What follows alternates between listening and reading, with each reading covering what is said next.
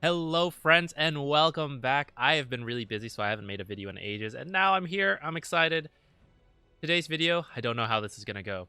It's going to be a bit of a team review for our Dire team over here. They do end up winning this game, but there was a bit of a throw for a little bit and the game got extended quite a while. And even in games we win, we can learn a bit. I suspect this video will be a lot of me talking, so it may not be that interesting to watch. But what I want to do, I want to break down the draft a lot because this team is planning to play in a casual tournament. This is a Archon mostly and a Crusader, I believe. So this is essentially an average team about in Dota terms. And so they going to play in a local tournament. And so part of playing as a team, a lot of it is the draft and coming up with a game plan. And as part of being more of a team-focused thing, I don't want to look so much at lane specifics, that kind of thing. So we're going to talk a lot about how much I can see just based on the draft and items from the scoreboard, stuff like that. And then we'll go into the game and we'll spend a lot of the focus being on overall team movements and concepts and what have you from this talk. So let's get going.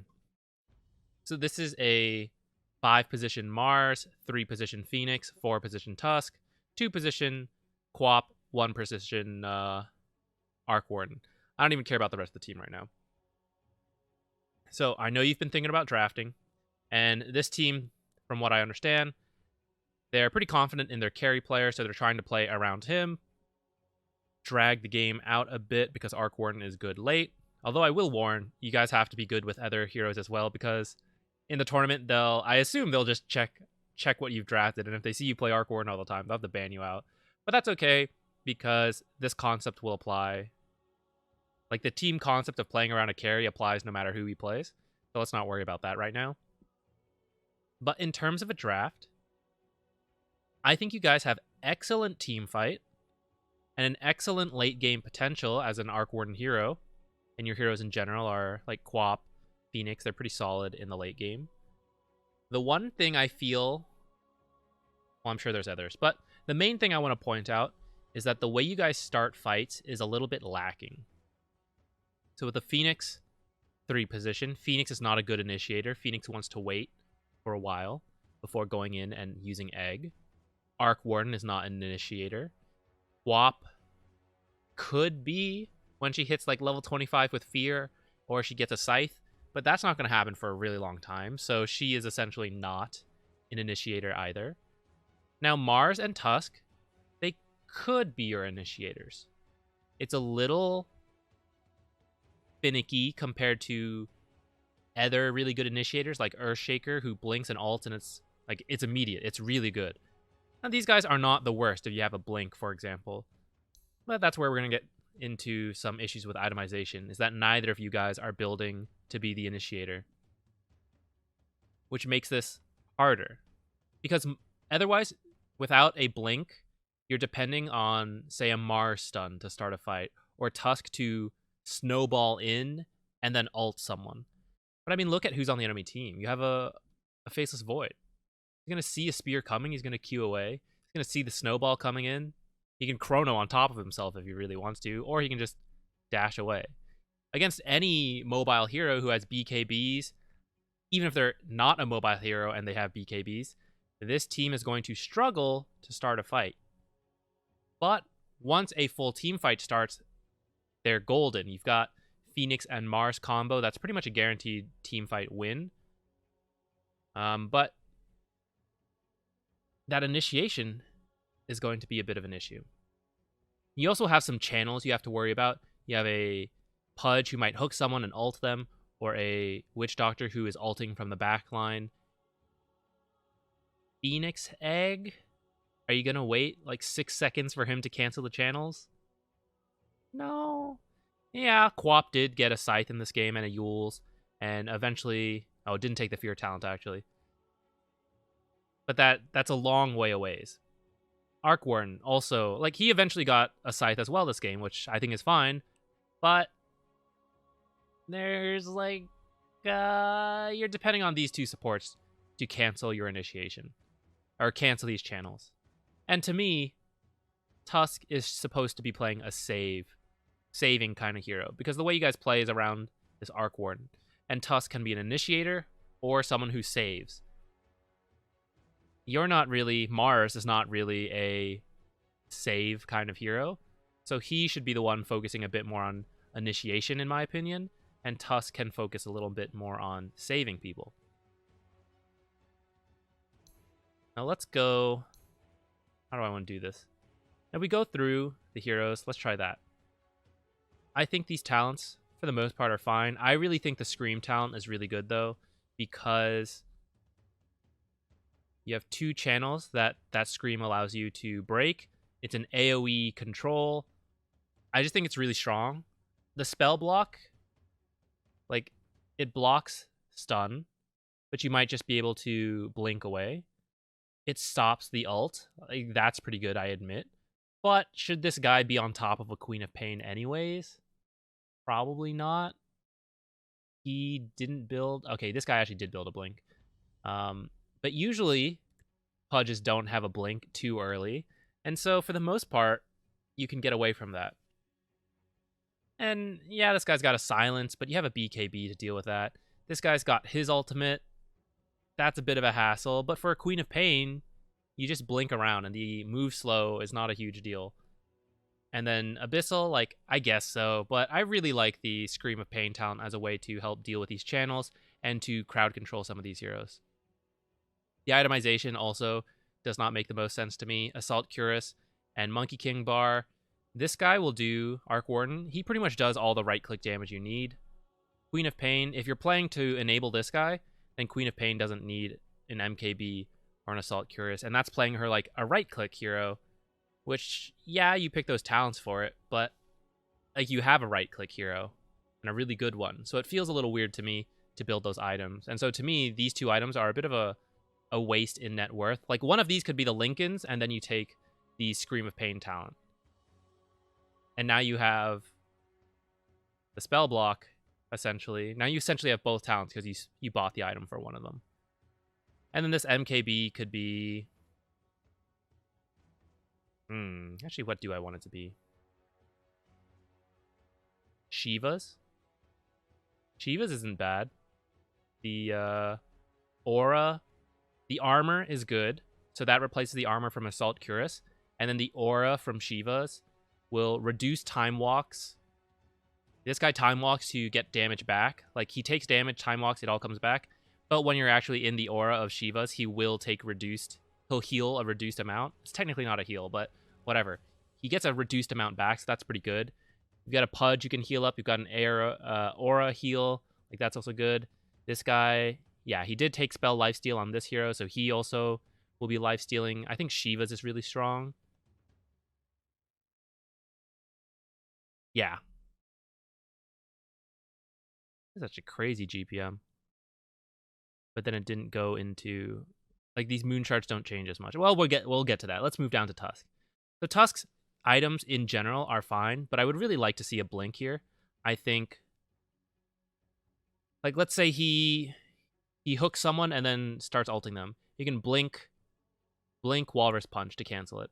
Or you can blink Snowball to immediately cancel it. Or you can blink Snowball a target further back, pull the guy in, and then Snowball away, save him that way. There's just a lot of flexibility with Snowball and doing really sick Snowball saves that I think a blink is really important. And it goes back to our idea that you need some kind of initiation between one of these 2 heroes. And it's not the greatest in the world, but Blink Walrus Punch is pretty instant, and it pierces BKB, so that can be a way to deal with Faceless Void. In terms of talents, I think 8 regen is fine. It would be kind of cool to think about the 0.4 Walrus Punch stun, since this team does lack that initial stun. So if you know you're going to get the blink and be the one to like start fights, that's kind of cool, but I think 8 health regen is fine and probably safer. I don't think you need the damage or any of these talents, really. I think all the 15, 20, and 25 talents should be the other way. Because if the game plan is to enable Arc Warden, then we don't really need Snowball damage, and we just want to survive. Although I don't I don't hate snowball damage because it does let you clear waves. But again, look at the draft of this game. You've got a Queen of Pain, a Phoenix, an Arc Warden. You even have Mars. Like, wave clear is not your issue this game, so you don't really need it. I think the health talent to just stay alive in general is better. Then the Ice Shard cooldown as a way to help control the enemy team, throwing out more Ice Shards. And then reduced Snowball cooldown. Again, just another way to like increase your ability to save people. Like, minus 8 seconds puts this at 10 seconds, and that's super good. Same with the Ice Shard talent. Goes down to, what, 8 seconds? So you can cut this guy off from like every path he wants to take, like all that stuff. Ice Shards to throw him off a little bit in his ult because it's a little finicky sometimes. I think all the other talents are a lot better than getting forward damage talents, which, like, it's not Tusk's job to do damage this game. Not on here, but I did notice you guys ended up starting with 2 Orb of Venoms, which I think is a little too much. It's, I don't know. Sometimes it's okay, but it's a little unfortunate if both your heroes need an Orb of Venom.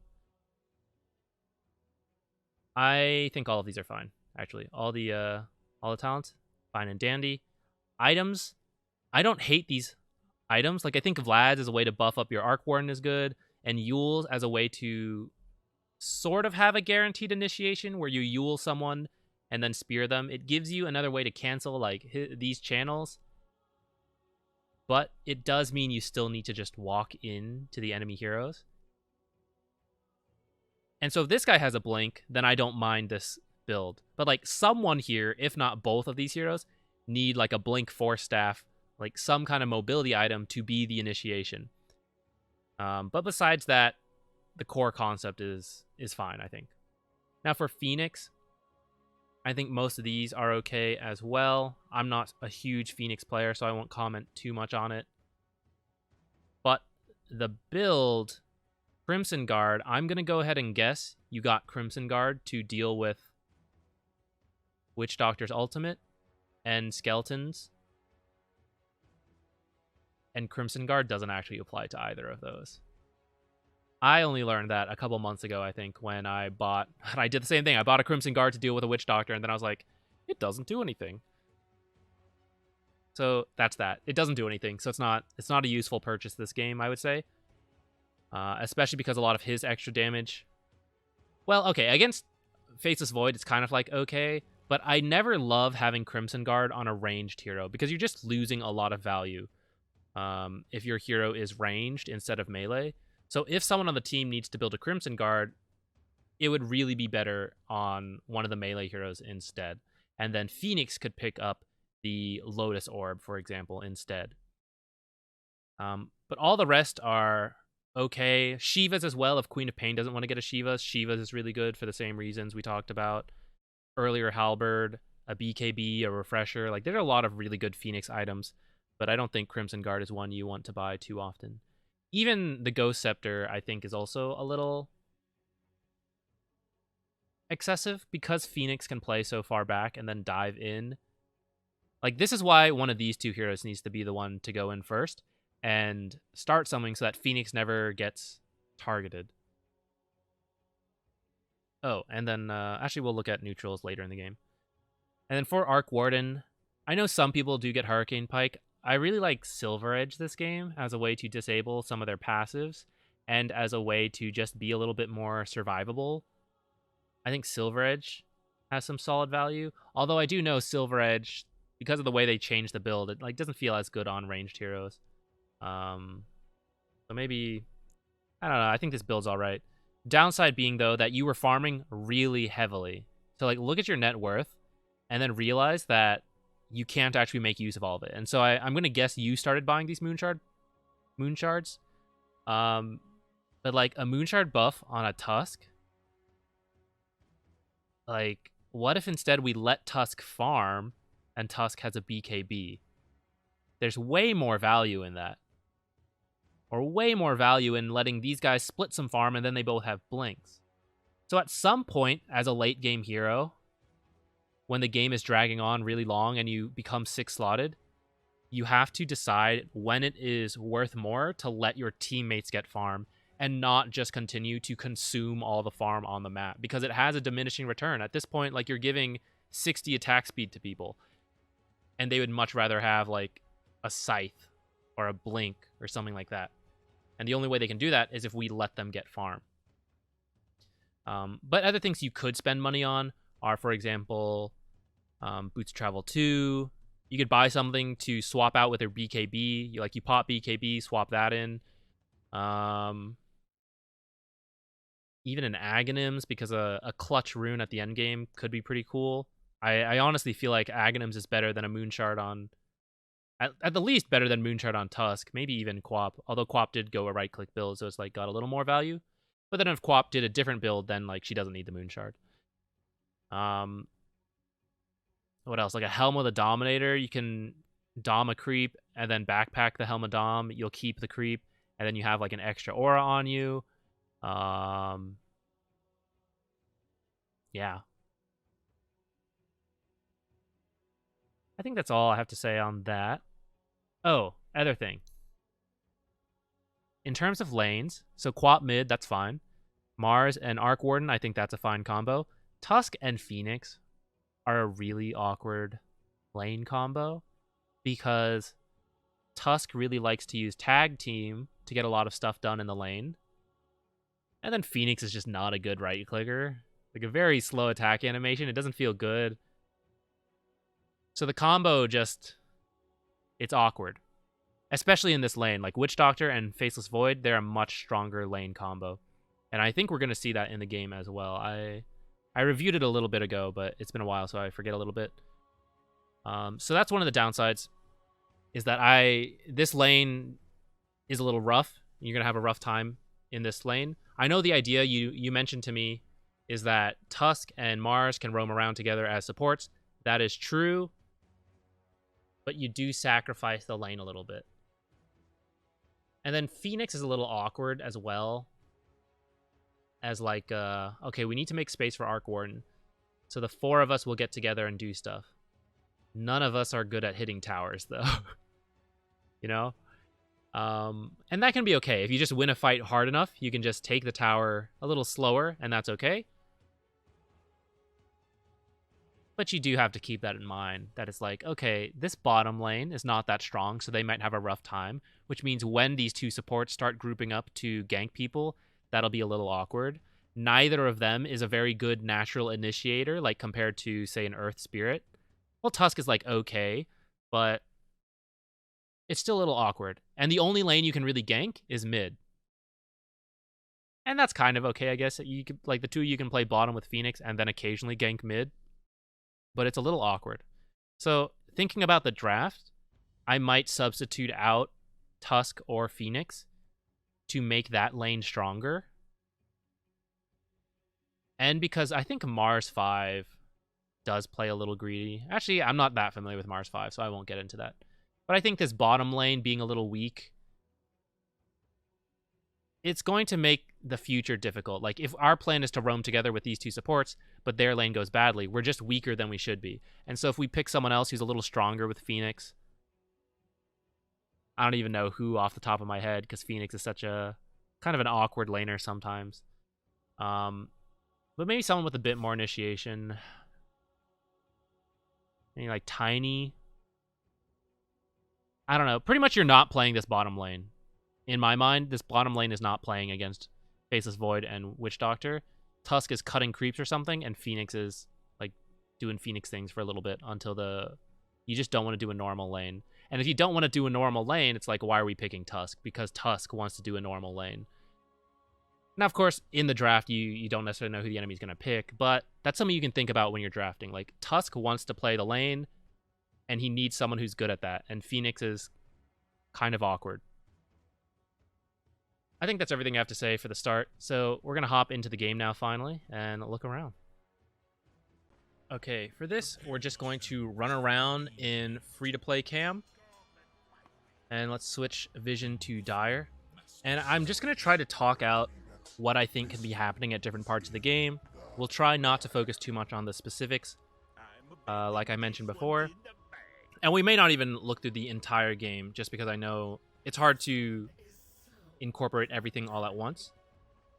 And so I think as long as we hit on a couple major ideas as a team of what we're trying to do, that is good. So I like this ward because we're playing against Pudge. And here's one thing. So like the Tusk and Mars both have Orb of Venom, which they're in different lanes, so it's like kind of okay. But then later, if your plan is to roam together, these Orb of Venoms are not going to stack. And that's 300 gold that, like, what if it was an Orb of, or I'm sorry, not an Orb, another Orb of Venom. A Blightstone, or someone has a Wind Lace. That might be an option. And in fact, the first thing I guess we should point out, I don't think we can play the bottom lane against a Witch Doctor with Maledict and a Faceless Void. I think that is extremely hard to kill. If you guys go on Faceless Void, he time walks out, and then, you know, he's not going to take any damage from any of this. And if you go on the Witch Doctor, well, one, I don't think Witch Doctor should get out of position. But if Witch Doctor throws down Maledict plus Paralyzing Cask, like, that's really strong. And Faceless Void doesn't mind fighting a little bit at the start, excuse me. And if Phoenix gets hit by Maledict and then cast spells, you use health to do this, and Maledict is going to shred you. So Ring of Bassi, to me, is a bit of a weird start because Ring of Bassi is best when both heroes will be casting a lot of spells. If that's your game plan, then good. That's like the right idea behind Bassi. But I don't think this is a lane you can do that, because I don't think you can contest a Witch Doctor with these heroes. It's going to be very difficult. So I think what Tusk can do instead is start with movement speed items, like either a Wind Lace or a Boot Start, and he pulls the second wave, and you pretty much just don't want to play a normal lane, because Cask and Maledict, I think, will win any kind of trade you two can do, because your tag team is just not that good with a Phoenix. And then because of that, I don't think Phoenix has huge mana issues. I see a lot more often people rush, like, Tranquils instead. And if you do want to get a Veil later, like Ring of Basilius is okay, but I don't think as a starting item it's very common. Phoenix has armor issues, only one armor, and you'll take a lot of damage from these kind of like right-click heroes. I mean, Witch Doctor's not really a right-click hero necessarily, but he actually has like an okay amount. And then when he bashes, he gets to attack twice. Like, it's a lot of damage. So we'll speed up here a bit. And I'll be spending a lot of time just looking at the minimap, because that's kind of what I do if you play with a team. Especially if you're, from my perspective as a support player, a lot of the times I'm the one who needs to look at the minimap and decide what needs to happen. So we'll speed up here a little bit. Hopefully won't zoom along too fast. I think the main place we focus on to start is probably bottom lane, because I believe top went fine, as I recall. But we're going to see kind of that I think this bottom lane is a little harder to play. Top's kind of like going fine. It's hard to play too sped up. Let's see, we got a Maledict. You kind of have to back up as soon as you get Maledicted. And if, like, when you use tag team, you have to run at them to make use of tag team. But if they just Maledict you and fight, then it's like, okay, if I turn around, I just wasted tag team and they win this trade. If I stick around and fight, I'm getting full value out of this, but I'll probably die from Maledict. It was really awkward. Some pulling. Also some pulling. Ideally, you want to pull from the small camp. Actually, I'm sure you know that.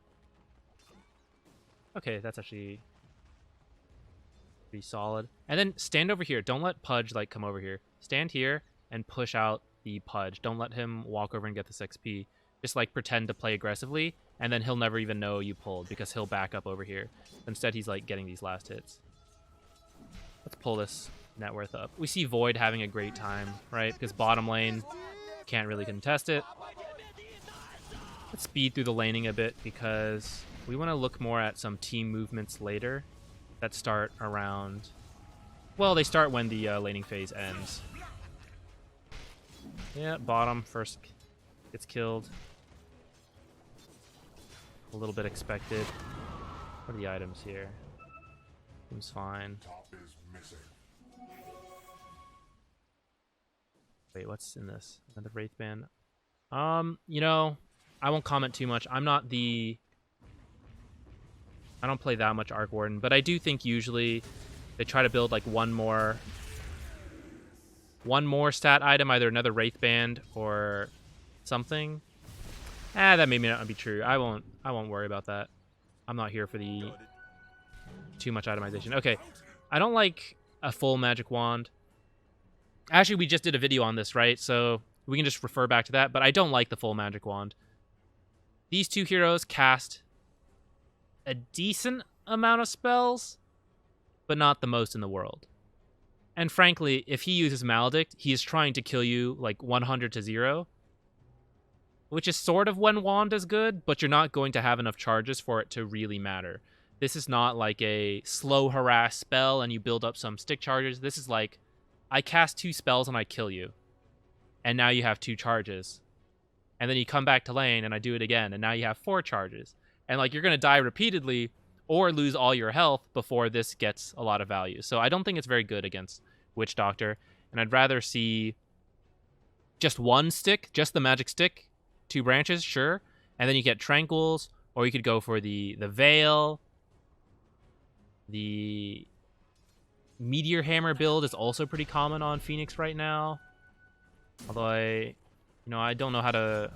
I don't play enough Phoenix to know the fine details.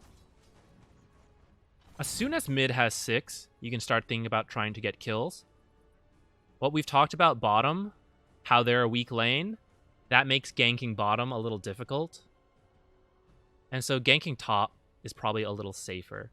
Not to mention Arc Warden and Mars. Like, they have pretty decent spells they can contribute to a gank. And if you get Arc Warden a kill, or at least an assist, you are helping him get to his Midas faster.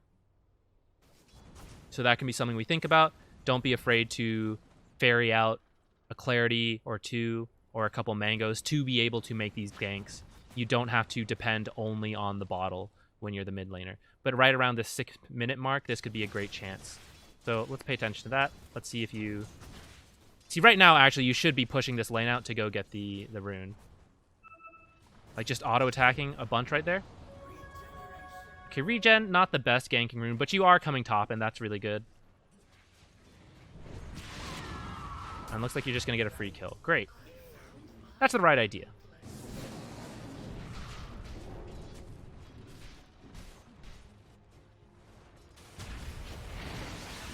Actually, this would be a great example. Like, see how you like use your spells and then they just kill you? Now, I know the lane is already going poorly at this point, so it's kind of like, well, yeah, they killed me. They're ahead. But they got ahead by doing that same combo.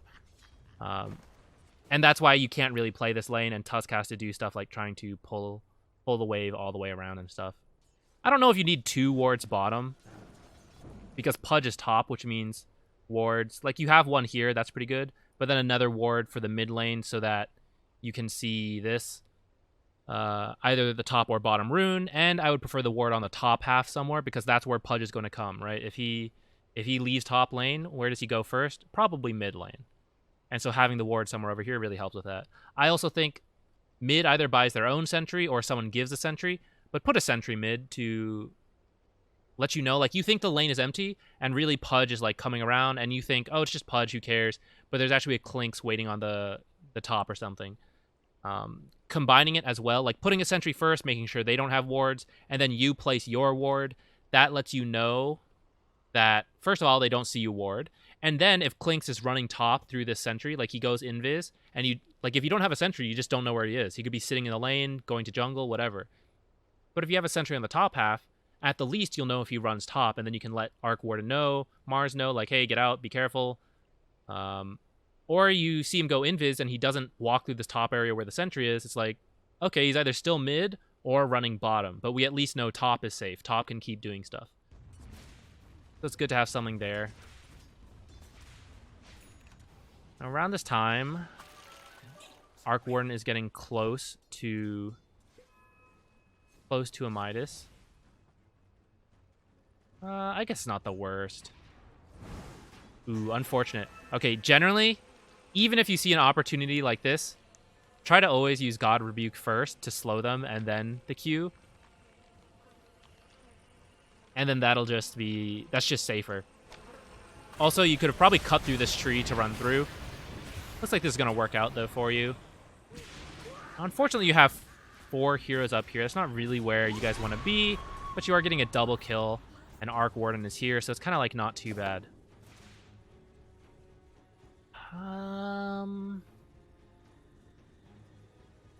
I guess you guys can't really push top. Well, maybe you could. He's not 6 yet. He is close, and you guys should know he's sort of close. I mean, the thing is, so you have 4 heroes up here. And you got 2 kills. I guess that's fine for now. It's pretty early. You can just scatter again. But, like, ideally, so, like, that's the thing. When you're walking around, you're not really doing anything. Whereas, like, if this had happened bottom, then you can stay bottom and you can keep playing bottom. You're not spending time running around. In this case, it's fine. Like, you got the double kill. But just throwing out the idea where it's like, if we have a choice between going top and bottom, we want to be bottom. Okay, this guy's getting close to the Midas. You could stack for him or continue pulling. And you know bottom hasn't been going the best, so Void's probably going to have a... He's going to be playing decently. And when Void hits 6, you do have to be careful of Chrono, and you know he should have it now, and he just disappeared. Looks like he's up here. Alright, Chrono is down now, though, which means you guys can rotate heroes down here and pressure him, and he can't really do anything. So I think Mars at 10 minutes, I guess. Alright, at this point, Mars comes over here, takes their rune, and then head bottom. Great. But yeah, that's what should happen. Arc Warden has his stuff to farm now. And now, so now the game plan. Let Arc Warden farm top alone. Ah, this is okay, yeah. Coming to get this rune, and then head bottom. Got this on the way. Like, right now, as soon as you pick up that other rune, I would consider TPing bottom. Unfortunately, Quap got killed by Lynx, I guess?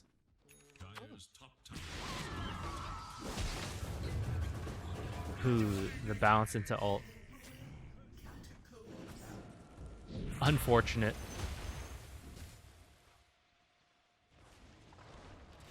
We still have 100 seconds, though. We could be pressuring bottom. Getting this kill top is nice. Although, actually, Arc Warden died. Oh, that's not good.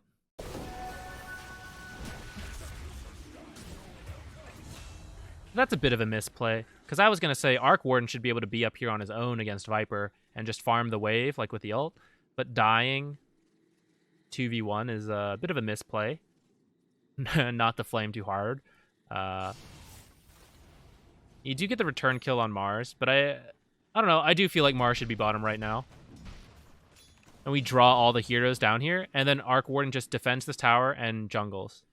He shouldn't really be at risk of dying to Viper, because he shouldn't be playing the lane, really. He just walks back and forth between the jungle, farming really fast. As fast as he can. He doesn't care if he's pushing it out and giving XP anymore.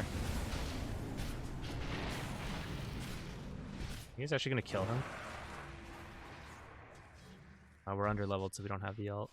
Unfortunate.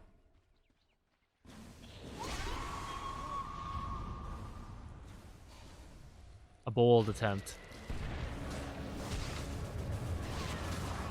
Is this working out? Everyone out. That's crazy. All right. Execution a little awkward, but the idea is right. Coming down bottom to pressure that. He will have Chrono when that's up again. Ooh, nice. A solo kill, so that's good. So, like, right now, Clone shoves down this lane, just, like, A-click him down, and the hero should be in the jungle. Actually, because you just killed Viper, the hero can also go down this lane. It doesn't really matter, but you just need to efficiently farm.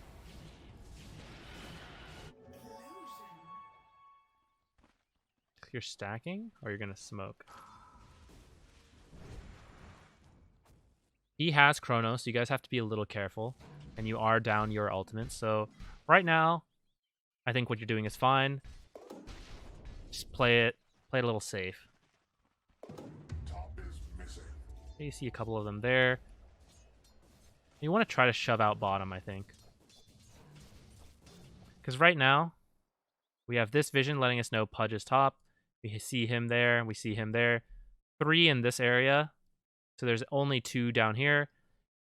Chrono plus Witch Doctor could be a kill on anyone.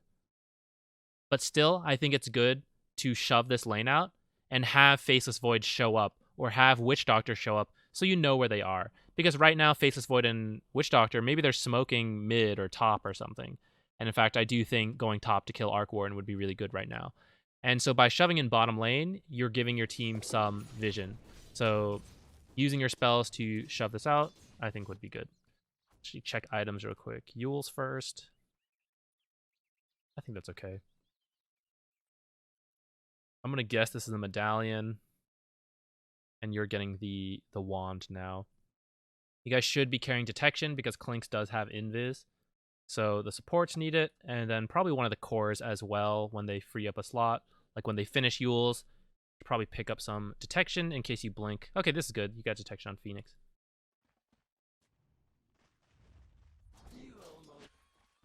So right now you guys have smoked top, but where we want to be is bottom.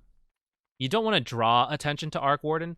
Arc Warden right now, what he wants to do, the lane pushes in here, he shoves this out, he goes to the jungle, farms, and then the next time the lane gets close to his tower, he comes back and repeats, and he just does that cycle. You don't actually want to draw attention up here, because as long as it's only like Viper, he won't die outside of misplaying. But if you smoke up here, you're likely to draw a rotation up here, and then while they're up here, they're going to think, well, what do? We all just came up here. I guess we'll push top. And like Arc Warden doesn't want that. He just wants to farm in this area right now, because he can't really move bottom yet either. This might be okay. I think he's going to die, though. So you're going to get the return kill again.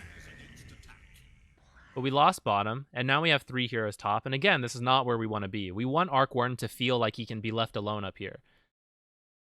So if we bring all the heroes bottom, then Pudge has to come bottom, or Viper has to come bottom. Like, their heroes have to respond, and that frees up Arc Warden. But we have to, like, do it sooner, because in this case, they had the time to, like, come up here, because we weren't doing anything bottom yet. And then Phoenix ended up dying to Chrono. Yeah, it looks like it. But this is okay. Like, we're still, I would say we're still in an okay spot. We are not guaranteed to win the late game, because Faceless Void is really good. But, like, we're comfortable going late. That is your plan in general. And so right now, they just use Chrono. It'd be great to come defend bottom. They shouldn't take this tower for free now that they no longer have Chrono. And then you can shove out bottom, and what I said still applies. Like, we still push in the bottom lane, let what's-his-name farm top. We TP'd up here. Okay. I wasn't sure if that was the clone or the real one.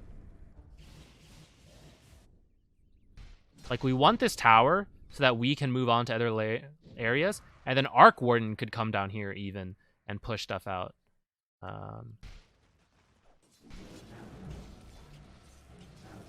Still, idea is we need to get this bottom area. I'm a little scared to come in now. Like, they did just kill Tusk, which means they're going to have the advantage up here. Although Pudge ult is down, but they still have... I don't know, they still have Maledict, and like anytime you have Maledict plus a couple heroes, you should be a little careful. So walking up blind up this hill could be very dangerous. Looks like we're gonna get a kill anyways.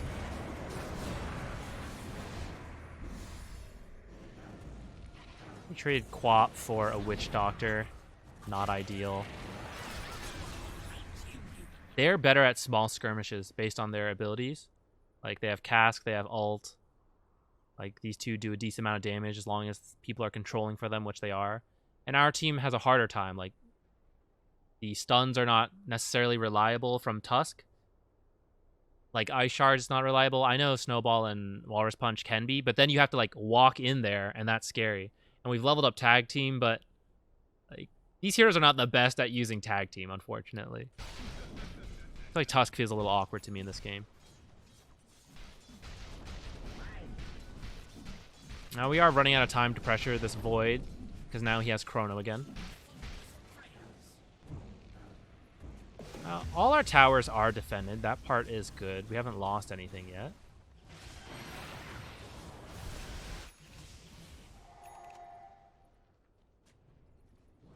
Nah, you don't want to come up here. Oh, maybe you're warding up here, but everyone's got a courier. The carry can just buy a ward and place it themselves. I don't think you need to spend your time running up here.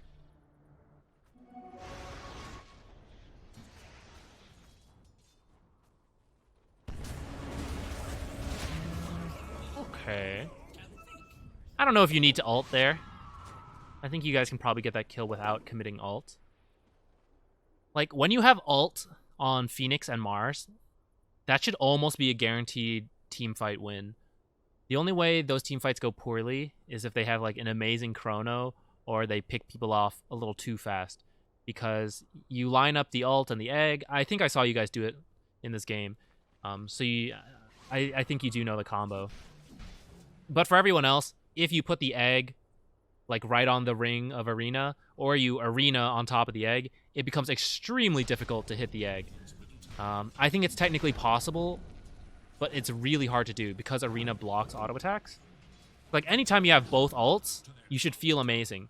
And if you just, like, if you're only using one of the ults, it's never going to be good as using both ults together. I mean, that sounds obvious, but like, 2 ults at the same time to win 1 team fight guaranteed is better than using like 1 ult and then 1 ult later, because neither of those is guaranteed to win a fight. So you do want to be careful when you're getting pickoffs, keeping in mind that like we're sacrificing our super awesome team combo for 90 seconds to kill a Pudge, and maybe we need to try to kill him without that. Oh, this might work out. I think you guys comboed the punch and the ult, or the punch and the spear, and you saw that. That can definitely happen. It's a pretty funny interaction. See, I don't think you want to run. I don't think you want to run mid right now. Like, we just killed Void. We need this tower. We want to draw them down as a team, right? The idea is to create space for Arc Warden. How do we create space? We push things to towers.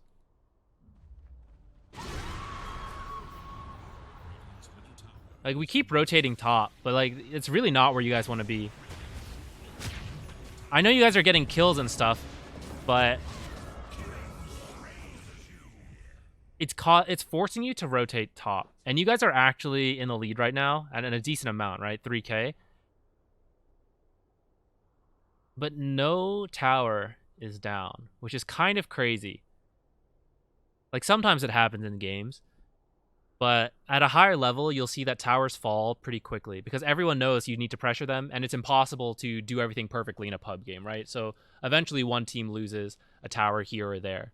So the fact that all the towers are up kind of highlights that neither team is really emphasizing pressuring them. And we're seeing it. Like, you guys kill the Void, and instead of pushing in this bottom tower, you guys rotate away. Are you going to get this bottom tower right here off that 1 kill? Maybe, maybe not.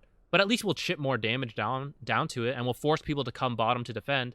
And we want people to come bottom, because look at the map. The more heroes that are down here, obviously that means there are less heroes up here. Arc Warden, we want him to farm extremely fast, so we want him to be alone up here. He's got bots now, which means he can be alone up here and join the fight. That is fantastic, because the one enemy hero who maybe comes up here to deal with Arc Warden, like, he cannot rotate in as quickly. Oh, maybe he can. Maybe that's his teleport. But if you ever see anyone teleport top, that should signal like, oh, that person can't be bottom. Let's force bottom because Arc Warden can TP in. So now we have a decent timing on Arc Warden items, though. Midas, bots, and Maelstrom. So right now, you could honestly start considering, like, I would say you're much stronger than in team fights outside of, like, a really good combo from them. As long as we keep decent vision and we have our Arena plus Egg combo, like, this guy can always TP in. We can be more efficient than they can by forcing all of them bottom. And if we see 5 down here, then we just back up a little bit and let Arc Warden freely farm 2 lanes. He's a hero that can do that.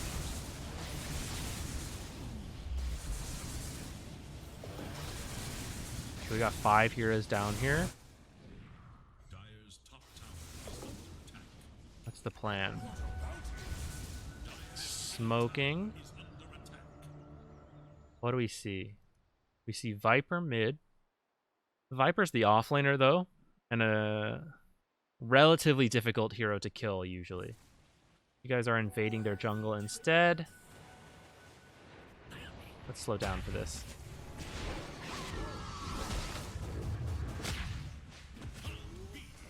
Okay. Ooh, that was close.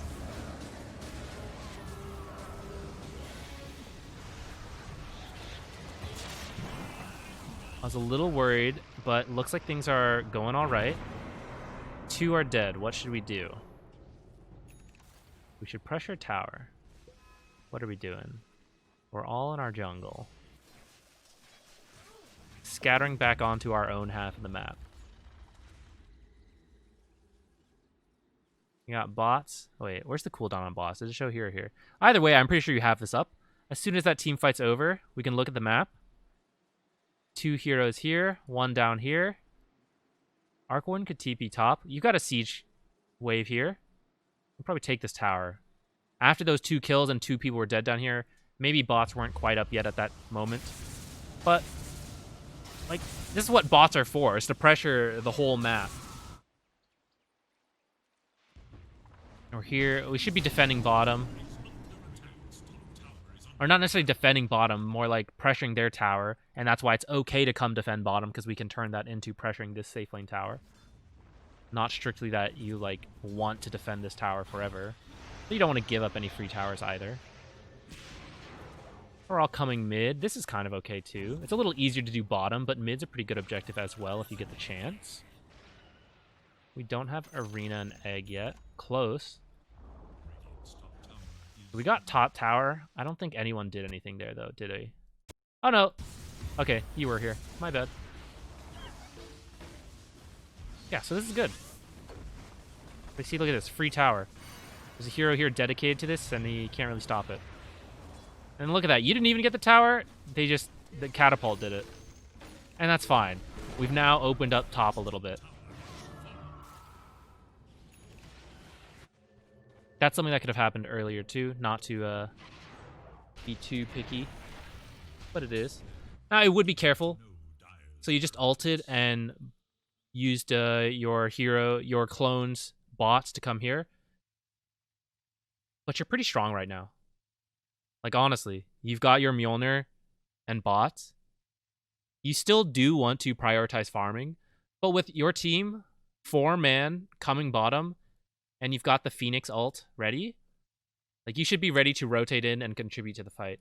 So at the least, we need our main hero to be ready, but wouldn't it have been safer to, like, send in the clone instead? Or if we're really convinced, we could TP our hero down here and then use our clone down here. You know, be ready for a really big team fight like it looks like it's happening. Okay, we just chronoed nothing, I guess. So now is a great time to fight. Like, right now, if this hero comes down here, how do they win a 5v5 against Arena and Egg without Chrono? And you have Egg in 4 seconds. You even see Viper up here. Right? Just come bottom and force a fight. Or, like, be ready to. Now that Chrono's used, maybe you don't have to. But I kind of feel like you guys could absolutely take this tower.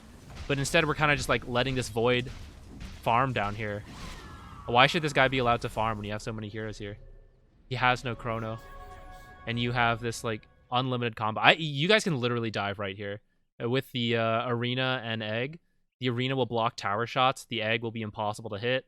You trap in, like, some of these melee heroes. And you just win, like, a really big team fight here.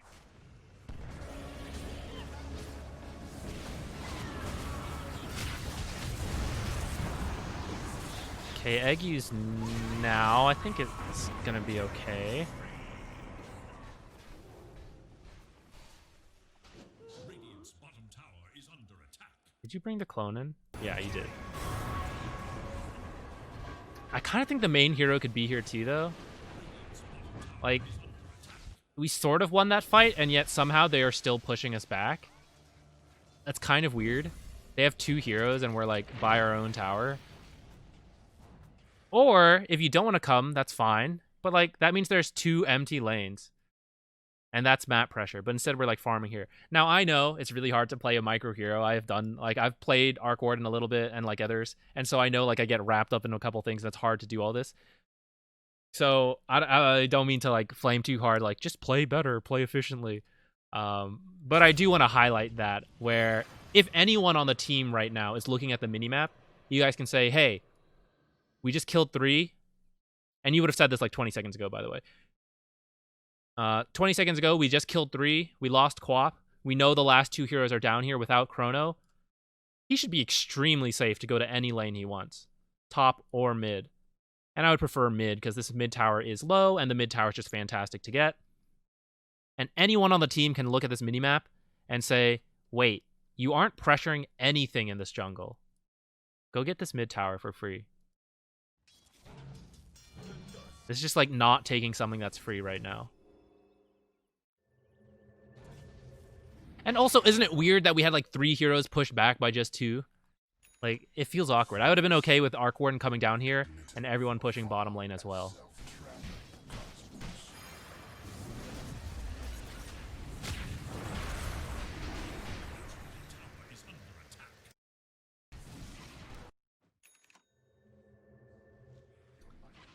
We have 4 heroes. Okay, no, one's a clone. But we're, again, like, now we are coming bottom. But we don't have Quap yet. I don't know if Quap can get here. She can. But we've already moved in and Quap has not started TPing. Which means by the time Quap joins the fight, it'll be like 5-10 seconds. And, like, you can be dead already. As we see, Mars almost gets killed here in, a couple seconds. Quap, still not at the team fight. This, like, difference in a few seconds, like, does matter. If you guys want to push, you guys should say it. Like, hey, we're going to push 4 bottom. Why don't you go top right now? And then 4 of us will come bottom. Even if we horribly lose this fight, top will get shoved in and we might take this tier 2 tower. Or at least do a lot of damage on it, But instead we have like a bit of a delay. So first we go in and Quap is not here yet. And now he starts coming top. But the fight's like already going on at this point. That's still better than being in the jungle. But like by the time you start pushing top, this fight is over. And now one of them can TP and deal with this. Whereas if you guys talk it out a little sooner and have him start pushing top and then go in bottom, do it at the same time, now you already, like, this tower would already be taking damage by the time that fight's over.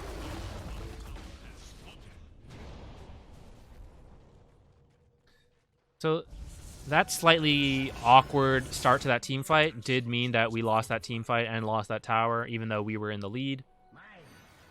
Arc Warden is still quite well in the lead, though.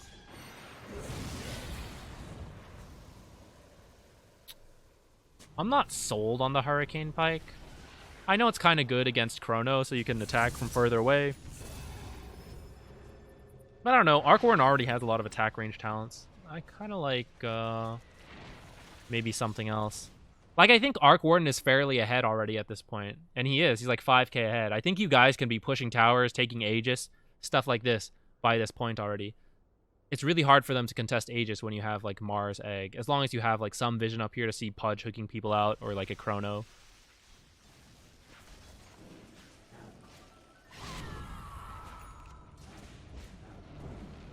Someone might want to consider a gem this game against Clinks.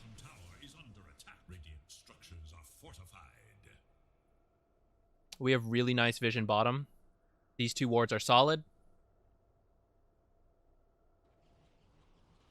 Why are we in our jungle? We should get down here. Okay, now we're going down here.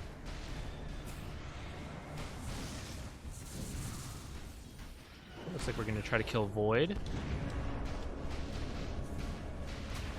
Ah! Oh, just in time. Incredible.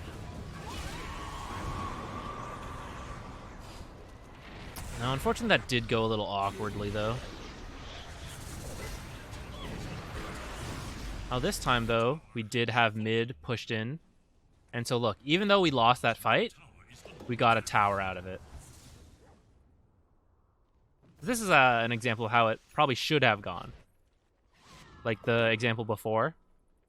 Like when you already have tower, the lane pushing, and then a bad team fight happens, it's like not so bad for you because you were pushing in another lane.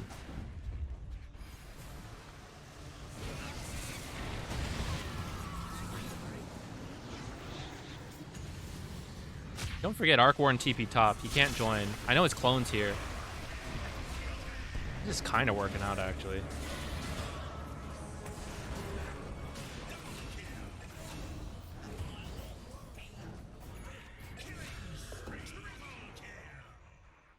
All right. What if instead of coming to this lane... I know you're TPing down here because, like, people are dying. But at this point, it's kind of over, right? TP the clone mid. Look how close it is to this tower. Clone TP's here, shoves this in. Probably do like a third of the tower damage, I would guess. And then this hero, like, why did you back up into the jungle? Let's go back a little bit. So that fight's going on bottom. I'm up here. I feel like I'm nitpicking the Arc Warden a lot, but since you guys are playing around Arc Warden and late game heroes, like, that means his actions are quite important, so I am going to point it out. Like, right now, we know a lot has been happening bottom, and we know the two heroes are down there. You are absolutely 100% safe up here. Don't turn around. Just keep going. If nothing else, come farm their camp, because that's closer to the lane that you want to push, right? We are giving up pressure. This is potential lane pressure right here. No one can stop you. They're literally all dead, and Clinks is up here. Literally no one can stop Arc Warden from pressuring, and we're not doing it. If you want to play for a late game lineup, and you want to like split up the map like a Arc Warden hero wants to do, you have to take advantage of this kind of stuff. Otherwise, you might as well play a different kind of lineup. I guess you're trying to help the Clinks. Are you just going to kill the Clinks? Alright, that's kind of funny. That probably shouldn't have happened. But you know what? It did. Still stands, though. Main hero should have been pushing bottom, and then you TP the clone bottom and get that kill. That's fine. Other option, I think, still would have been okay. To TP the clone mid and push in both tier 2 towers, right? Like, how does the enemy team feel about that? They kind of won that fight, right? 5 on 4. They traded 4 for 4. Clink survives. Like, that feels all right. And then you look at your top and mid, and it's like, oh, we just lost half of both of those towers. And by the time Clinks can run over or TP's in, like, Clinks is low, right? He left that fight fairly low health. He can't really stop you. Maybe you even get one of these towers. I think you were distracted microing there a bit. I don't blame you. It's hard. Micro's tough. Let's take a look at items right now. I know we already talked about it earlier, but just to double check. So yeah, right now, I don't mind Yule's BKB as a starting item, but I just think MKB at this point is really bizarre. Still a pretty fragile hero. Even if you BKB, if you get chronoed or ulted, you're almost for sure dead. So... Oops. So... I don't know. I don't play mid enough, guys. I don't hate the Lincoln Sphere purchase now. Scythe. Maybe something to make you a little more tanky. But what? You already have the BKB. Shivas, I feel like, is kind of okay.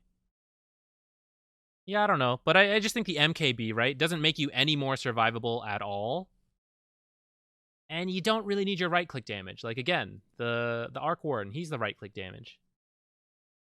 And I just feel like it's a bit of a weird item choice. What are the other stuff? Medallion, that's fine. You got the Yules first. You can use that to set up the Halberd coming in. So up to this point, this is fine. The Halberd on Phoenix, I think, is good. So see, it's like now you come to push this lane, but they already have people respawning. You know?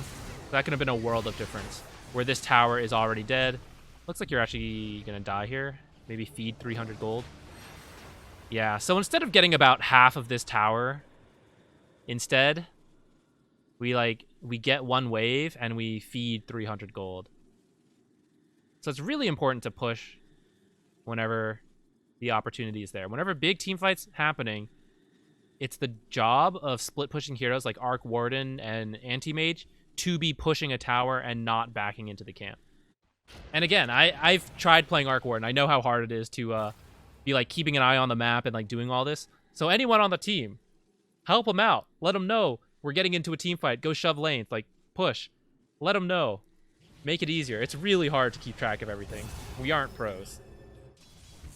Right? It's easy for me to point this out because I'm just sitting here watching you guys play. Radiant's bottom tower is under Right, what's happening here? Normally. What are you doing? Are you warding? Oh, you're getting the runes. Okay. Dire's whereabouts. This is still a little awkward to me because you're like the arena is a really big part of the Phoenix Egg combo, and you're like one of the only stuns, right? The Yule stun is your most reliable long stun on the team. Tusk has Snowball, sure, but that means he can't use it to save, and Walrus Punch is 1 second. That means if your team is going to get a kill as 4 people, you really need to be with the team. If someone wants to be away on their own, it has to be like Tusk or the Arc Warden, because Arc Warden has bots and can TP in no matter what. But the only guy with a stun and a big part of the team fight being by himself is a little awkward. Let's see what happens here. Looks like you just run and get the ward. Looks like nothing really ended up happening. Which makes me wonder why you guys had 4 heroes grouped up. We got a Glimmer Cape on Witch Doctor. Probably had that earlier and I just didn't notice. Is under attack. Same deal. Arc Warden should be okay on his own. Oh, it's a little scary. Okay. I think right now, main hero has to sight this guy. Again, I'm being really nitpicky. It's really hard to micro multiple heroes. I think that would have actually saved you, though. It looks like you're going to die here. Yeah, if you had turned around and scythed a second time, the team was coming in, I think you actually would have been okay. But that's not what we're here to nitpick on. I know it's hard to do these, right? But we did come top, and we ended up killing these guys. And since we have all our heroes here, we're like splitting up the jungle when really we could have all pushed bottom or pushed into their jungle, right?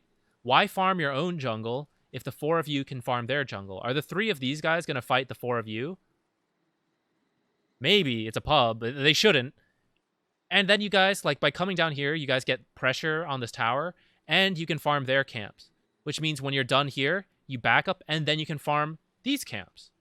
Whereas if you just back up after that to farm your own camps, you're letting the enemy team farm these camps, which means the fact that you got 2 kills isn't being turned into any kind of advantage. And then instead, we get this really unfortunate double cask Pudge ult. And so now we had 4 people against 3, where we should have been able to invade here. We split up, and both the people who had stuns who could cancel that got caught in it. Unfortunate. Although Quap does have like Blink Yule, so that would have been helpful to have there. But instead of like having pressure, we just gave it up a little bit there. Speed up a little. Alright, we got everyone up again.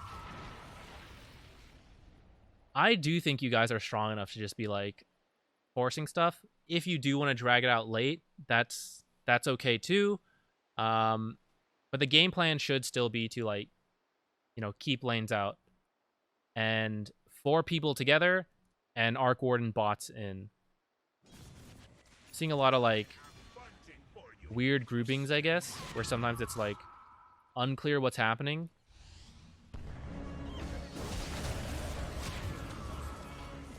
This is the other thing. So like we have to use Arena like almost every time to get a kill.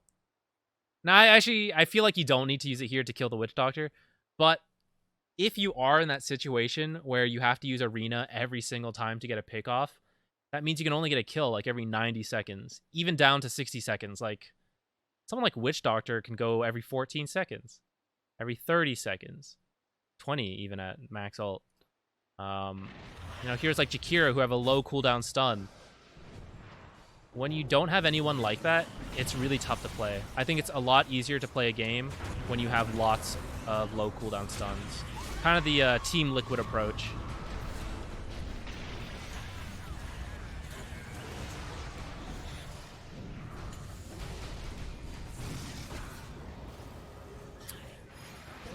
Yeah, I feel like this all started off okay and then became awkward. So let's go back. So we're diving in for a kill, but where are the lanes? It's way back here. Even if you guys get a kill down here, you can't turn it into anything. Now mid is pushing, so I guess that's okay. But it would have been nice to have both. And I do think like the way you guys are playing, it's more natural to convert this into a bottom tower rather than a top or a mid tower. Do you guys also dive? Like you killed the Witch Doctor at this point, but you already used Mars ult and Phoenix. Or I'm sorry, not Phoenix. And like the punch and stuff. Like this is low cooldown, but we don't have it yet. And you guys are still pushing in. Keep in mind, Arc Warden joins fights by using Boots of Travel to creeps, which means he has a very hard time joining fights in the jungle. So we are pursuing, but we don't, like, for what? The lane is way back there.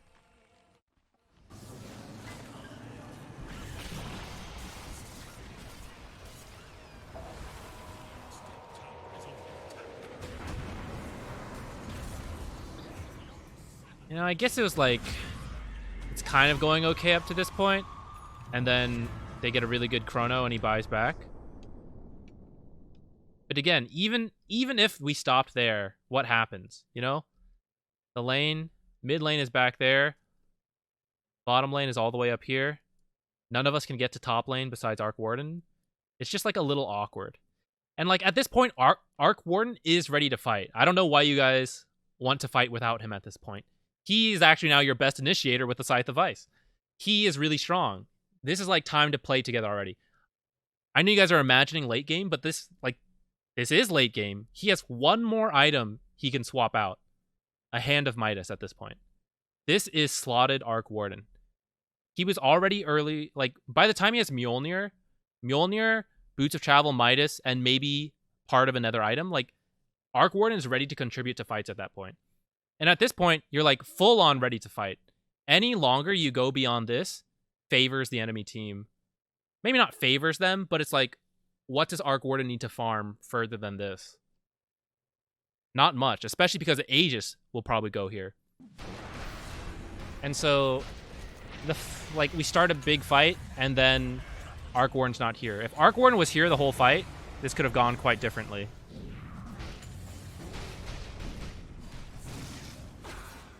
Like, I think you guys maybe, like... maybe you can't turn and kill him. I don't know. Looks like it'll be a little awkward. I guess you have to back out. Do you see how it's like we didn't really need to take that fight, and we kind of just, like, let the enemy team catch up to us?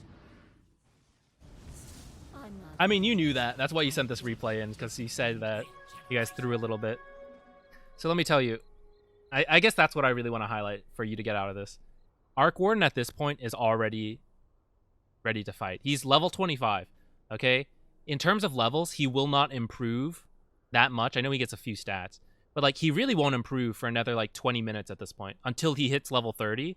But like his talents are not massively game-changing to be level 30, which means all of this time now is time for him to get to 25, for Viper to get up to 25, Klings to get to 25. Like, you want to start pressuring by this point already. Thinking about Aegis and all that. Probably strong enough to do it earlier with the bubble and everything. Now they're going to get it. It's going to be hard to fight now. So now we got to wait that out. I can start to see why this game goes to 53. Because now we have to wait till at least 40 minutes.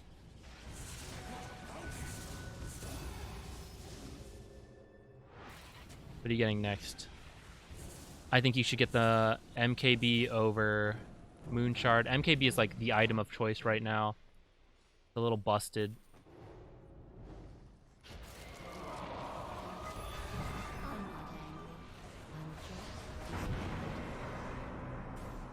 We used our ultimate. Actually, this is lower cooldown than I thought. Oh, because you had the arcane. I'm not angry. Oh, let's see what I'm neutral just items we've got. disappointed. Let's take a look at itemization. Aquila is good for the team. Stats. Okay, I'm pretty happy with this, actually. I don't know if Phoenix quite needs Telescope. Maybe a support takes this, and Phoenix picks up, like, the, maybe you swap, and Phoenix gets the armor from Aquila. But, overall, fine. And then, let's check these items. So, yeah, I think Crimson Guard is awkward. I don't think it's needed. I think this can be a Shiva's, for example. MKB I don't think is the best, but you know what? Sure. Looks like you're going for a Lotus Orb. I guess it's alright, but Lotus Orb doesn't do anything to Chrono. And, like, you can reflect Viper Ult, but you still get affected by Viper Ult. Can't get Pudge ulted, I suppose. And you reflect a Cask, but you'll still get hit by Cask. You can remove silences from people. That's kind of nice. But they already have... We have some BKBs on our supports. So I don't know. Maybe instead just going for the Solar Crest would have been good. And you can throw that on Arc Warden because, like we said, it is time to be fighting already. Well, we lost Aegis, so now it's not quite time to be fighting. But if we hadn't lost that, this would have been time. And so boosting up the Arc Warden with a Solar Crest, that would have been really nice. I think that's kind of it. I think Spirit Vessel is also a decent item this game. They have a Pudge who gets a lot of health. Honestly, Clinks gets a good amount of health with Death Pact as well. Look, he's at 3,000. Void, so he can't get as much health back from Time Walk. You got like a Pudge, Viper. Actually, Viper is not so much tanky as he is high resistance. But then you've got like this healing aura. Like, I think Spirit Vessel could have been okay.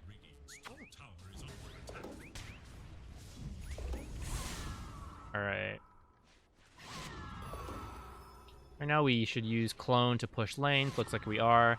And the 5 of you need to be just fairly safe because the enemy team has got Aegis.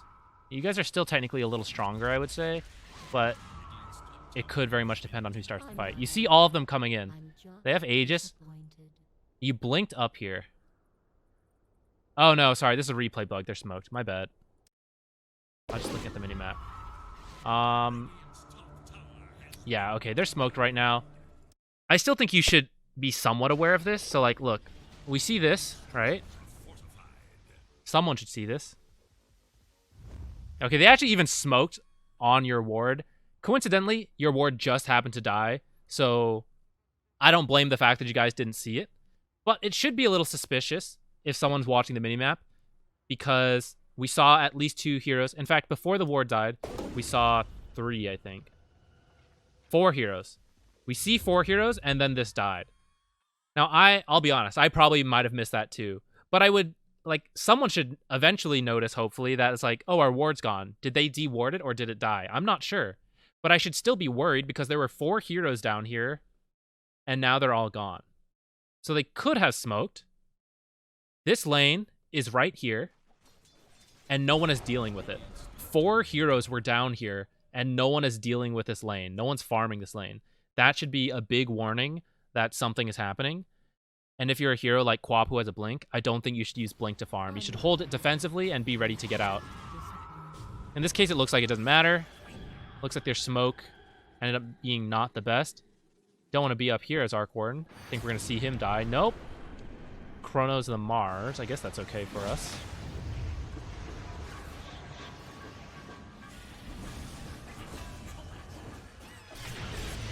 Good buyback. I think that's smart. This might actually work out pretty well. I think you're going to die there, though. Whoa! Oh, the sun was just too late. Unfortunate.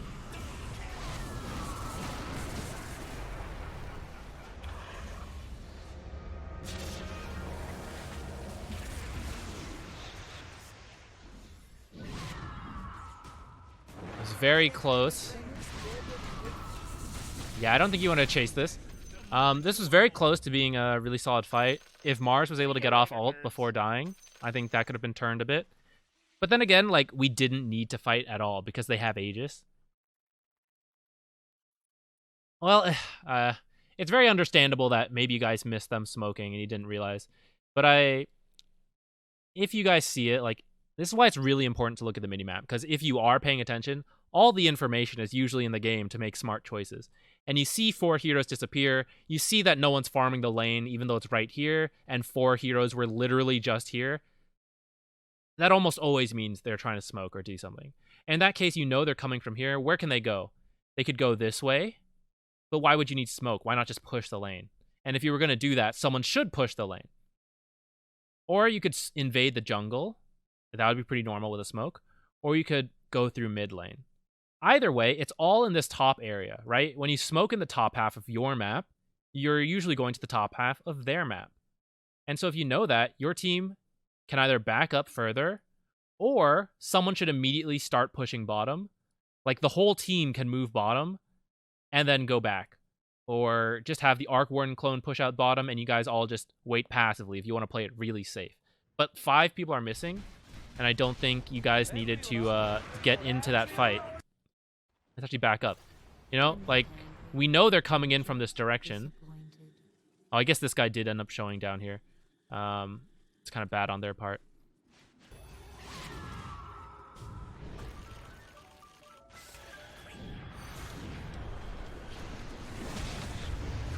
I think you could probably egg right here, actually. I don't even know if you need to beam. Maybe the beam helped.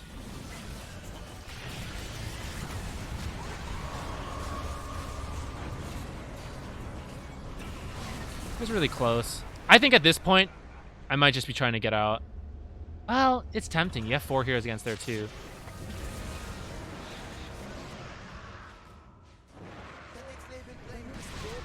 I think you definitely can't pursue at that point. Good buyback, though. I think that is... This is like a definition of when you should buy back and take a fight. When they're like diving your tower and your team's going to lose horribly. Because of that buyback, we ended up at least getting 3 kills on Aegis, and that's pretty good. Arc Warden was picked off a little early. That's why I really like Silver Edge on this hero. You know, because Clinks was killing you. Clinks is not really carrying detection, I think, at this point. Maybe he was. You have an empty slot here. Maybe he was carrying detection. But it's like a really good survivability item in that sense. Or like you bot somewhere and you Shadowblade onto like a Witch Doctor who thinks he's like safely pushing this bottom lane, and then suddenly there's a clone there, Invis, who scythed him and he's dead. That is the worst. As a support player, I hate dealing with Invis, Arc Warden. So maybe I'm biased towards that. I'm not an Arc Warden player though, so I'll leave it up to your judgment.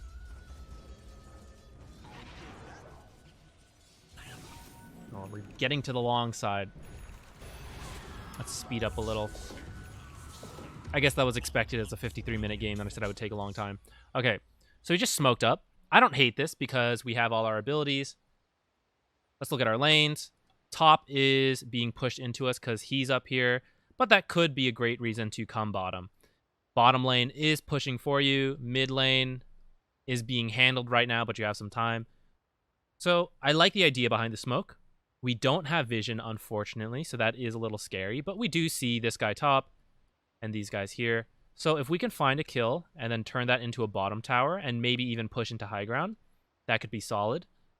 You guys should probably have a Roche timer. I believe it died around 35 minutes, so Roshan's not quite an objective yet. Let's slow down a little. These guys end up coming mid. Unfortunately, this guy breaks the smoke and sees him. And BKBs before you guys can get the jump. But, like, honestly, could you have gotten the jump anyways? It's really hard, right? We have a bit of a scattered fight here.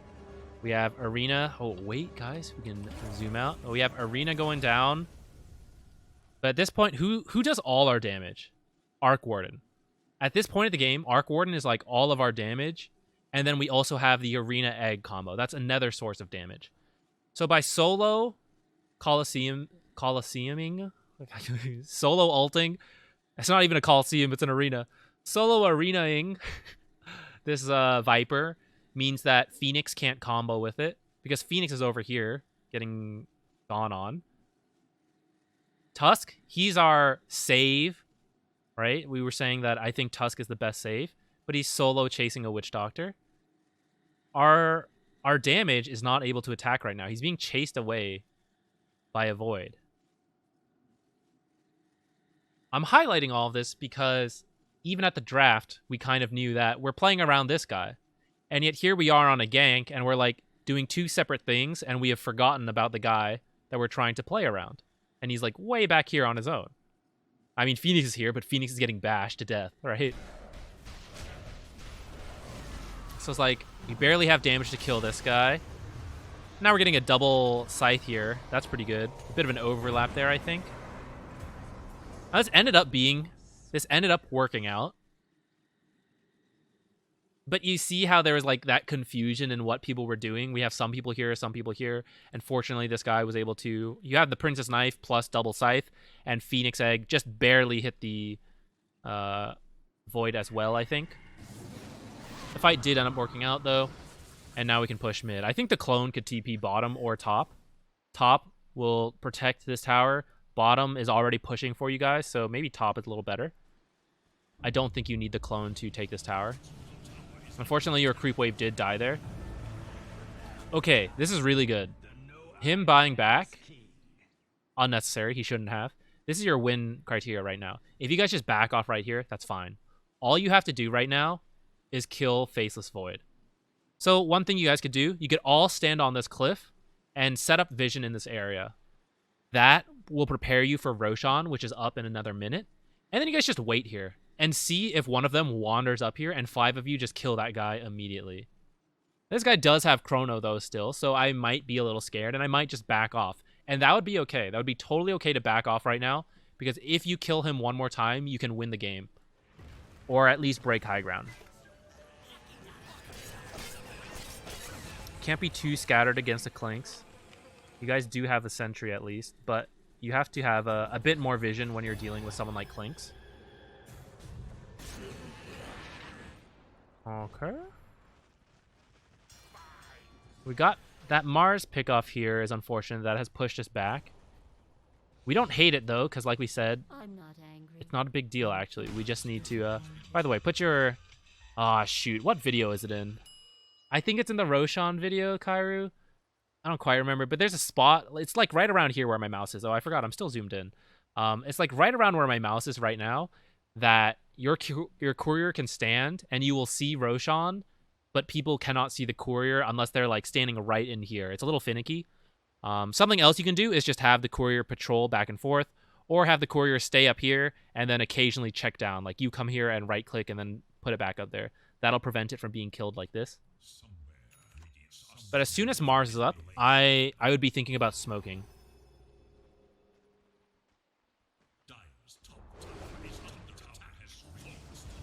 Oh, this is actually kind of good.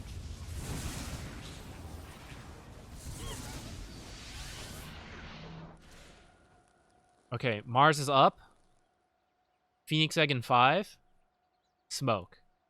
This guy's got an ult in 1. Smoke up. Have Arc Warden nearer to the front, unfortunately. Usually is not where he loves to be. But I think if you Scythe, because it's the only instant initiation, right? This is the issue. If he Scythes Void and you guys kill him, you guys can just walk straight down. You have 2 minutes to do so. Or it guarantees the Roshan. That's also pretty good. And then you can still kill Void. He still won't have buyback at that point. That's like my #1 priority right now. I think you can smoke and go. I wouldn't have used the clone, I think, because I want to be ready to take a full team fight. Maybe you guys don't have smokes. I'm not sure. Looks like you bought yourself... Yeah, you bought yourself a Moonshard. I think getting something to replace the Midas, even if you don't sell the Midas and just backpack it, fine. But I think 60 attack speed from the Moonshard is not worth what this Monkey King bar would have done for you, replacing the Midas instead. Even instead of synthesizing the Moonshard, if you just put it here, like that would have been better as well, rather than a Hand of Midas. Because if you think about it, Hand of Midas is 40 attack speed, and this is 60. So together, that's 120 damage. Or I'm sorry, it's 100 attack speed. And if you had just kept the Moonshard here, that's 120 attack speed. So like just having the Moonshard alone would have strictly been better than synthesizing it and keeping the Hand of Midas. And like the money at this point of the game doesn't matter that much. You are pretty much 6 slotted. This is why people will sell the Hand of Midas. Now, if you want to backpack it and like swap it in and use it, that's okay too. But I don't know, you know? I think a gem at this point, like you could buy the gem for your team. You could start buying some of the consumables as well. And no one has like a blink to get on top of this guy. A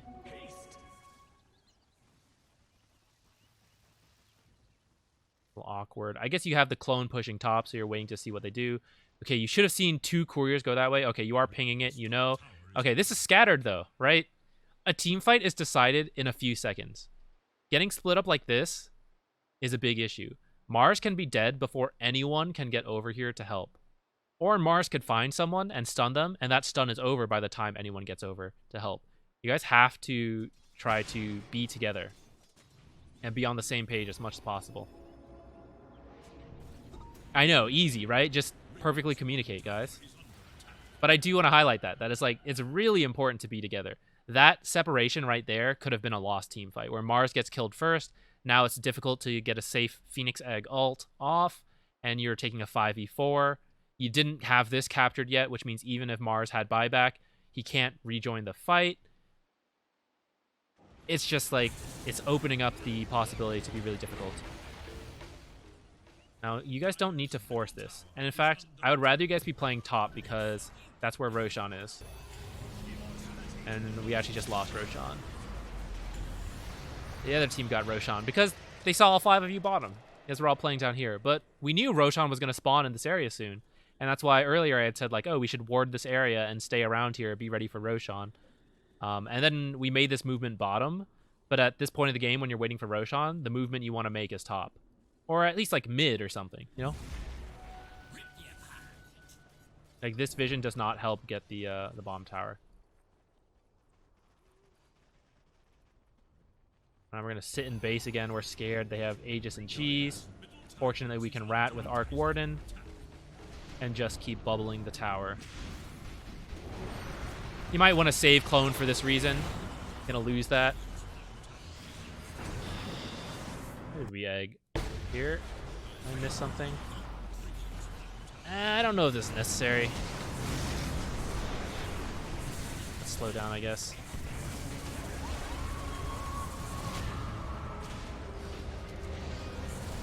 I thought I saw you guys use it, but maybe I didn't. But you want a Mars Phoenix combo, right? That's like your win, but I keep seeing you guys just use one or the other and never together. Like, what if you waited for Mars to go in ult and then Phoenix eggs? That's like another reason why Blink is kind of important on Mars in this game, is because, like, how do you capture the people in the arena if you don't have a way to get in there? Yeah, it doesn't... It's a little buggy on this stuff. I hate it. Live and learn. Had to spear the Viper into the barracks or something. They overstay their welcome a little bit. Gonna ult. Then top. I think maybe the clone going bottom would have been a little better, because you can immediately pressure this tower, possibly even get it. It's actually quite low. But I suppose there's a lot up here as well. But I kind of feel like it's easier. Like, your team, the 3 of you, could come up here and defend this tower, but you cannot do the same as pressuring bottom. And so if the clone goes bottom, you can pressure this wave and take this tower maybe, and then 3 of you go up top. Like, that gets both objectives done. But if the clone comes up here, like, the 3 of you don't have the option to go bottom. It came mid, though.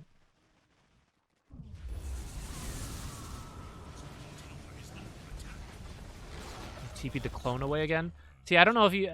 The clone's got damage. Keep the clone. You guys are going high ground, right? Isn't that the plan? Maybe that wasn't the plan. But if that was the plan, I would keep the clone with you. I'd be ready to use it here. Double Scythe is a free kill on anyone. Anyone you Scythe once is almost for sure dead. Archon has a lot of damage with the MKB. And, like, a Scythe as well. So you Scythe someone, Scythe. Text.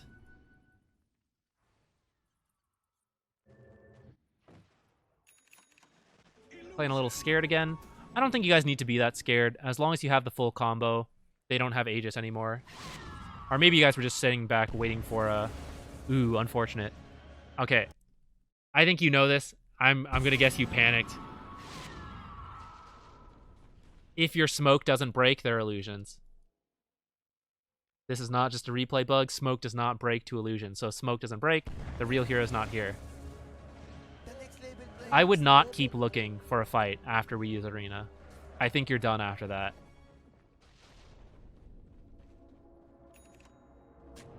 They know you used Arena too, because they have the illusion vision. You guys have come bottom again. Keep in mind, Roshan is top. Now you do have a bit of time until Roshan's alive, but like you've placed your wards down here. These wards will survive until around the time Roshan is up. So it's like, do we want the wards bottom or do we want them top? If we can only have them in one place. Ideally, we'll place them top. I know you still have this tower here to get, but like Arc Warden will rat this eventually. We've already mentioned some opportunities he had where he could TP down here and take it. You know, it's quite low. Arc Warden could probably even backdoor this. So you don't need to dedicate a lot of wards and stuff to get this. It would be better to keep them in the top half where Roshan is. Oh.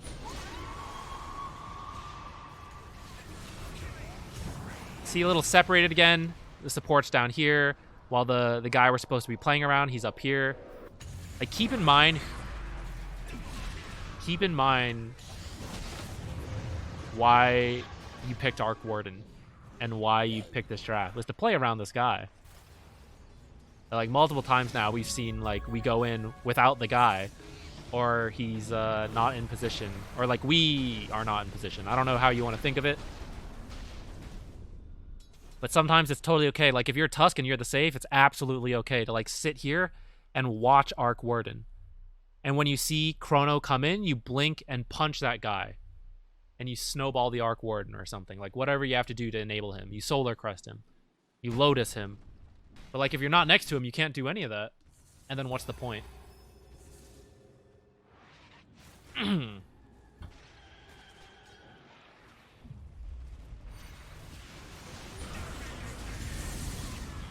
can't believe he just walked up and died. Both of them. Pretty silly. See, that tower got taken eventually. Hey, look at this.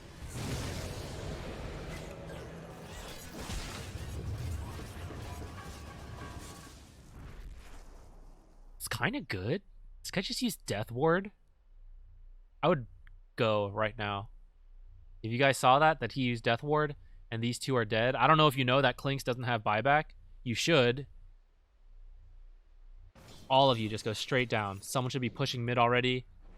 And it should be, I don't care where you go, if it's mid or top. Either of those is fine. But we're playing this top path because Roshan is here. So, like, get going. We got 5 on our side. 2 are dead. Why are we all on our side? We should be going. Shoving it out. Now we're getting there. We're, like, starting to go.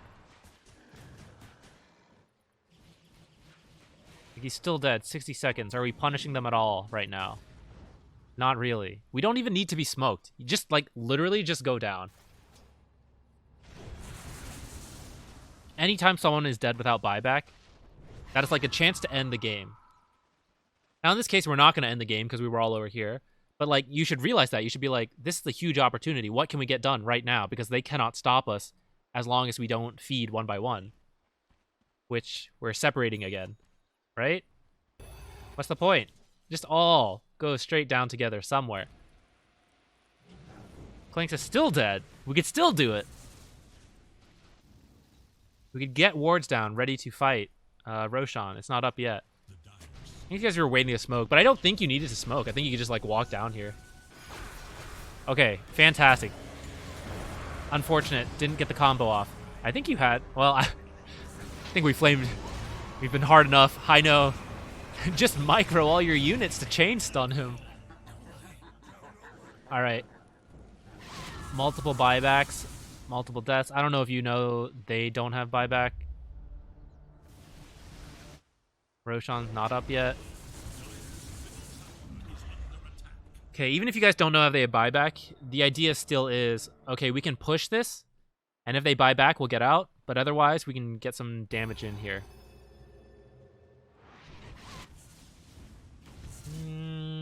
I don't know if it's necessary. Yeah, I guess it's okay, though. The clone's pretty low cooldown.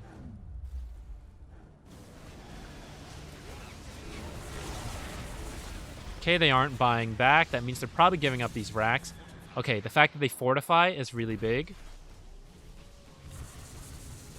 That means next time we get a chance, we could just straight up win. You know, this'll defend itself. The clone has a lot of damage. I don't know, you keep sending it away, but the clone is really strong. And it can really help in these fights. The double scythe, that's crazy. Free BKB every time. Like, this guy could be dead. This guy, another clone. Like, this tower can handle some chip damage. It's okay. Now, since they fortified and then they just lost 2 people, they shouldn't have been looking to fight without all their heroes. You guys can end the game right now. And maybe you do. It looks like you do. Unfortunately, we grouped up. Buyback and end the game, I think. It looks like you guys are playing it safe. I think you can buy back. You know several of them don't have buyback. And you guys got caught in the 5-man or 3-man chrono. Unfortunate. Maybe you guys should keep in mind, like, okay, let's split up a little further. Okay, now you buy back.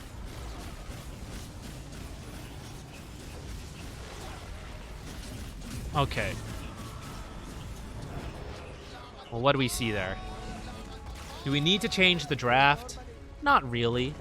Like, this can work, and we saw it had the potential. But we know we need to lane differently bottom. We can't do a normal lane in this matchup. Other matchups, maybe this lane will be okay, Tusk and Phoenix. If we want to adjust, if we want to keep this draft, though, we should adjust our itemization a little bit. Make sure that we have someone who can initiate and, like, really, like, jump initiate. That means a blink on one of these supports to start it off. And then keep in mind, like, from talking, it sounds like your plan is to play around your carry player a bit. You gotta do it then, though. Like, multiple times, you guys were scattered off from the carry. And sometimes you can do that. But sometimes you can't. Especially if you're buying items like Vlad's, Lotus, Medallion. All of these kind of items are to play for your carry. In AC, that's not for the Quap, you know? That's for the Arc Warden. All of these things only work near the Arc Warden. So it's really important to remember that. Otherwise, it's like, well, we could have bought something else that helped ourselves. These kind of items, Telescope, Assault, Vlad's, whatever support items you're getting for this boyo right here. That's kind of the main thing I want to point out, actually. I don't really have too much of an issue with the rest. I mean, of course, we talked about, okay, push this lane, whatever, all that.